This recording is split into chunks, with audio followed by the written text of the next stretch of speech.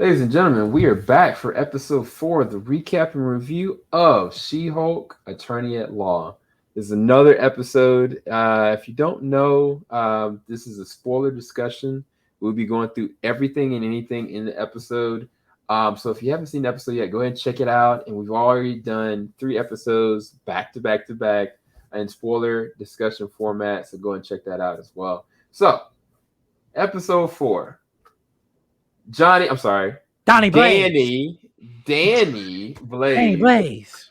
is a street musician, not musician, magician, and he has taken upon himself to get in one of the sorcerer's pendants that he could be able to actually open up portals.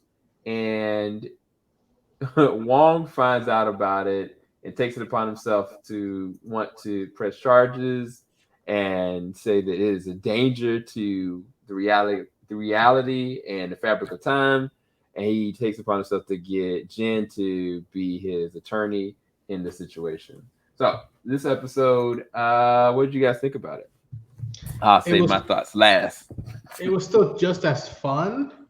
I think the highlight for me was because to me it was the team up between Wong and Jennifer, not just in the court, but also during that final battle. I thought that was so cool that you would usually get these in like the Marvel team up comic books. Yeah. And also just seeing the process of dating, because I'm like, I don't do the online thing, and I'm like, wow, so that's how usually it goes. Fascinating. And yeah, it was just as fun. I think this one is probably the least favorite out of the first 4, but that doesn't take away the fact that they still had beautiful character scenes that just adds on to how much I'm digging the character and the world she's in right now. Yeah, I definitely really do think that as far as Jen is concerned, they're making a lot of her character choices, her actions being very grounded. Specifically, her wanting a little bit of love, wanting a little bit of companionship to distract from the situation that she's in. Like, this is a life-altering situation, and she's just trying to see if she can mingle. And she tries to create a site, interact with somebody. First day was terrible, and then it was kind of like, well, should she promote She-Hulk instead? And the way that ends up, like, I think you had talked about it, Mike, that's a very believable situation. Was she in the wrong, or was it just a believable situation? Because she promoted that She-Hulk was out there looking for love, and the guy got somebody completely different the next day. But then on the other hand, you feel bad for Jen because she is She-Hulk. Why would he not take the time? If they had that whole conversation the whole entire time, wouldn't he know that she's also Jen, a regular human? It may have been that in the moment she was swept up with this guy. She didn't decide to tell him her side of the story, and he just chose not to look at the news and doesn't know. But I don't know. It's a very interesting conversation of like who was at fault with that whole situation. But what do you think, Mike? I mean, even then, I just know some of my female friends, like, I know, like, they go through that. And I'm saying, much of guys can roll their eyes over, like, might watch this and be like, oh, bro, what is this? Like, no, that they actually, this is normal. This is normal. And it did in a way where it wasn't too, like, painting a negative image on men. It was more of just painting an image on this is what the reality is when we go through. Even then, we see so many times with guys trying to, stories, trying to date the girl, XYZ and stuff like that. Like, even then, there's a character that's like, she's just drunk. Like, hey guys, how you doing? She was awesome. Yeah, yeah. So Sopranos, like, but like they like, so like they have that character. So it's like, it's balanced. Like, we have like a negative representation of both sexes here. So I'm like, tell me, are you mad? Like, right. But yeah, even then, as having a working career, and then you want to have dating being a distraction, that's something that everybody can relate to. So it's like, I thought they did a good job doing that, and then how it ended on a bummer note. I think that was, even though it didn't end off in a way of like what the last 3 episodes did, but in a way it just emphasizes that moment of like, he walked out, I made breakfast, nah, I'm good, whatever. But yeah, you felt that. So it's like, it wasn't made you like, oh here, Daredevil, oh hey here, continuity or something, Easter egg or something leading. It was actually that letting that scene, let like being fleshed out, and you feel that and for in that moment. So I like it like end off on a bummer note because it was supposed to, Yeah. Yeah, and you get sued, yeah, I definitely feel like this episode felt like an Ally McBeal episode. I'm not even gonna lie. Like it felt like yeah. You have like a situation where it's like, oh, okay, you're trying to help a friend out, gets a prosecution situation, but then the friend is coming at it from a wrong standpoint, but then the other person is probably gonna scope free. And at the same time, she's trying to find love and companionship, but she's willing to compromise herself to do that. And in compromising herself, those kind of episodes always end with, unfortunately, a sad time. But like she's been breaking the fourth wall this whole entire time. She's like, that was a bummer, right? Maybe the end tag is good. But yeah, what did I think about this episode? Man, this episode I'm just joking. No, it was actually again, like I said, I think it was pretty entertaining. Definitely the weakest out of the episodes so far. Definitely. I think it was aware of the flaws in it, and I don't know if it was necessarily flaws as in the characters or the actors. I think it was just this is the episode that was written for a character named Danny Blaze. Like off rip, like it kind of threw me off because I was like, "Are we talking about Johnny Blaze?" Like they threw so many nudges that made you believe or perceive that it could possibly be implying a Johnny Blaze, down to Wong taking one of the portals and taking it around like a whip, down to like him implying like, oh, maybe we need some fire. I was like, y'all are so on the nose with this Johnny Blaze. But it's on purpose. Right. This is one thing I'll say always about Marvel. They don't ever imply something that they're not going to deliver on later on. They never do. Eventually, they always deliver on what their implication. Outside of Quicksilver, that's a whole other thing. Oh, that whole boner situation, I'll never forget that trash. But with this, I think that there is a possibility that a Ghost Rider is coming, but it's off-putting, and I can see where a normal person would be like, "Wait, is that supposed to be Johnny Blaze? Wait, that's not Johnny Blaze." I can freak out. I can see people getting upset because it was kind of like they drew us in for a second to us be like, "Oh, this is a mediocre magician stealing Wong's stuff," and it's about Wong getting the upper hand on the situation, and then Wong finding companionship. Like Wong found somebody quicker than Jen did. Y'all that's hilarious. Like, I mean, I don't know if he's dating the chick, but at least he got somebody. He had company, right? And that's all Jen really wants. And he wasn't even trying. Like, I'll say it would have been a different scenario if they would have brought back Nicolas Cage as Danny Blaze, or they would have casted Norman Reedus as Danny Blaze, because people have been wanting Norman to be Johnny Blaze, and it's just like funny. You are literally just poking at the bear in the eye, being like, "Oh, you wanted this," but like, as you said, I think that's fair game. It felt like almost like a one shot out of a comic book series where it's not part of an arc, and yet it brings back characters that were part of previous stories and starts hinting at a potential new arc, like Wong and Titania. Like, I doubt we're gonna see Danny Blaze again. Yeah, nah, Danny Blaze is not gonna show back up in this. But yeah, and that also adds to my theory that we're probably not gonna see Daredevil for a while. Which I'm okay with. Yeah, I mean, the show in and of itself is proven that it can be more than just a show with Daredevil or a show with Jessica Jones.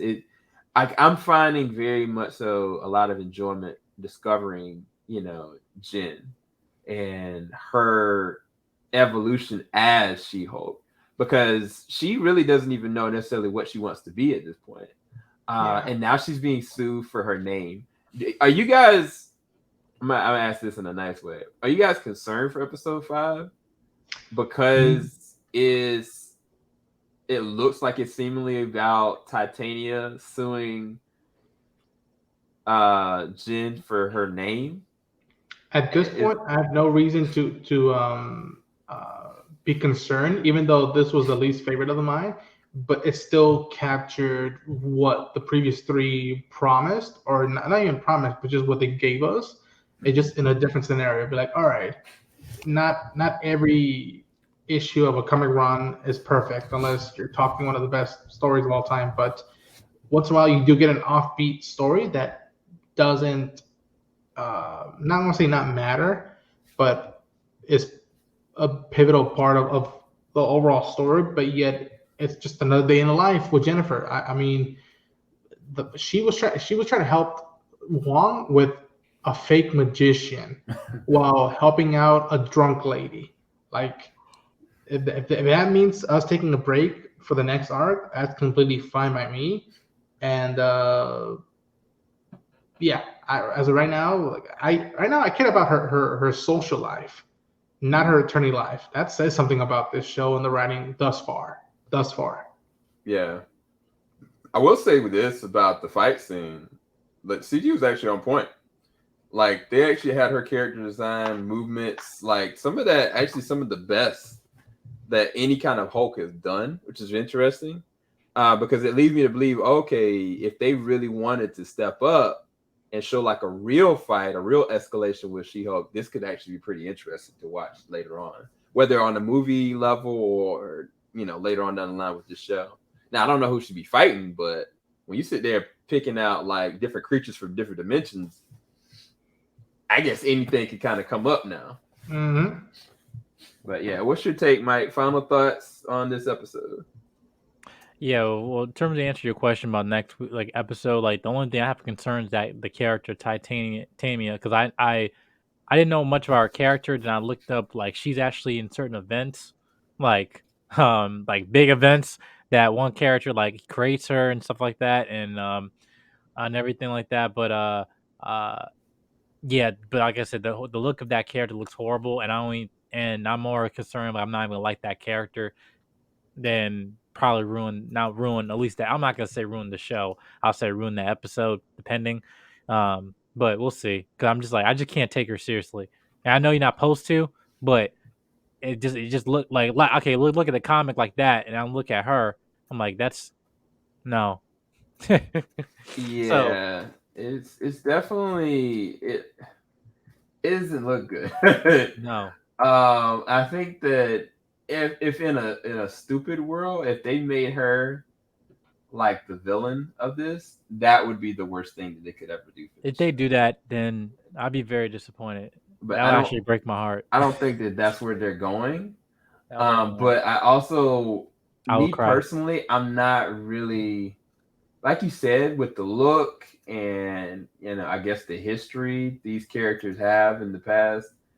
I don't really like how the dynamics are going with it. And I also don't know why Titania. I feel like this is what's going to probably end up happening. Realistically, I think that Titania was set up to break up the courtroom to target Jen, because they still never explained why she even went into the courtroom, right? Like, she just popped up and started attacking stuff for what reason? And then she just happens to be the person supposedly that came up with the name. Now, it seems like a strategic thing to try to lure Jen out. I don't know who's pulling the strings, but I feel like it's something else going on with that. And I think that would make more sense than anything. Because she asked for her name. Who the hell are you? She says Jennifer Walker or Jennifer Walter, whatever her name is. Right. Yeah, to me, it's the benefit of doubt. I'm like, right now, you're 4 for 4 in my books. Even though, again, this one was not as tight or as strong as the other ones, but I'm still having fun with the characters. Yeah. And if somehow for you guys, or maybe somehow the writing will be tremendous for Titania and be like, all right, we'll see how that turns out. Yeah. We'll see. Like I said, I mean, it's almost how she looked. It just where I'm like, okay, I will admit that the comic look that it's you almost just showed me. taking me out. Like that's not like, oh, okay, this is bad CGI or bad costume. Like, no, it's literally taking me. Yeah, because Right. just from the look of it, it felt like someone was a very hardcore Beyonce fan with superpowers trying to break down our courtroom. And then you show me the comic panel. I'm like, that looks like Medusa from the Inhumans, but with like a Joan Jett rock and roll jacket, which I'm like, all right, that's a big difference than what we got in the first episode. But Yeah. We'll see. Yeah. What do y'all rate this episode? A to F. so you know how we were, at least for me, I was A minus and B plus. This is way more closer to B minus and B B plus. plus. So leaning more towards B minus. But yeah, and that's Yeah. fine. That's fine. After the last 3 episodes, I'm okay with that. Yeah, Mhm. I agree. What about you, Mike? Yeah, B minus, but not bad. Just B minus. Clear. Yeah. Yeah, I think that this is one of those episodes I All. might could skip maybe. If I was doing a rewatch of this, and Oh I mean, yeah. I will be doing a rewatch of this show for sure. This one maybe I would skip. I mean, I did find it compelling and interesting, like her getting a dose of reality when it came to interaction. I love her relationship with her dad. Her dad, Yes, willing to have Yes. her that was back. awesome. I also like her relationship with their best friend because her best friend's keeping it real with her as well. Like even though this show is grounded in the MCU, they try to take some real life themes as well. They try to make it. I don't know. They do a really good balance. They really good balance. But this episode, I may actually skip if I went back to it. I'd rest it a C plus, maybe B minus. This That's would probably fair. be like the first one that I would say a C plus. Not bad, but maybe passable or skippable. Yeah. But yeah. Well, you guys, hopefully you guys enjoyed our review. Make sure you like, subscribe, hit the bell button. You can find these two gentlemen's content in the description bar below. Ronan Unchained and Jedi Mike 7. We'll be back soon. Peace, people.